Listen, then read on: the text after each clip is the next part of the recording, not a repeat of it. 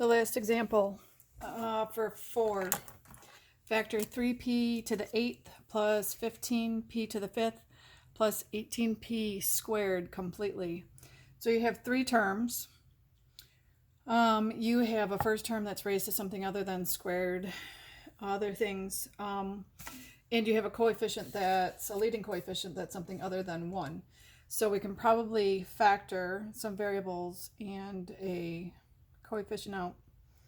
So 3, 15, and 18 can all be factored by 3.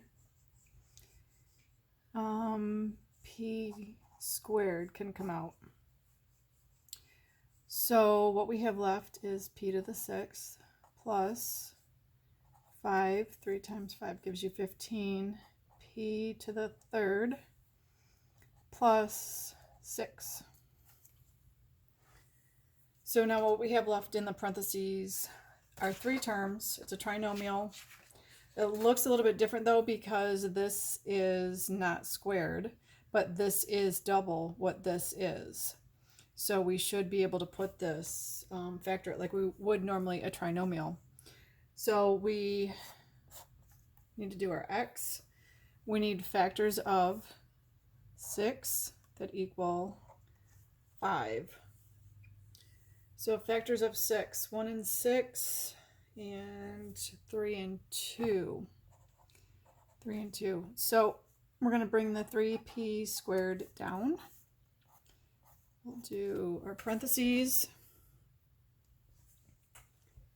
And this is not going to be p to the 6th, it's p to the 3rd. Because if we have p to the 3rd times p to the 3rd, it gives us p to the 6th.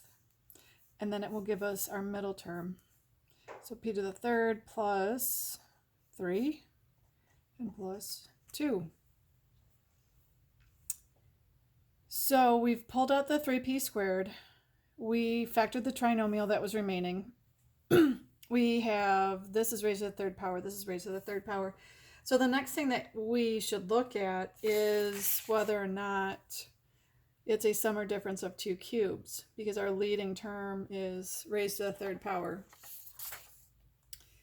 If we take the cube root of this, it's p. If we take the cube root of this, it's nothing nice.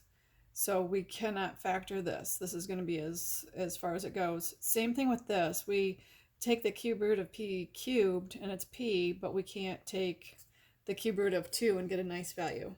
So this will be our final answer.